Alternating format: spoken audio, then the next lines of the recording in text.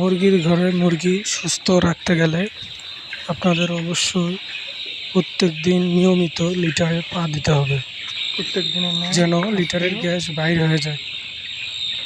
গুঁড়াতে পা দিতে হবে, ফার্মে যেন কোনোভাবেই গ্যাস সৃষ্টি না হয়।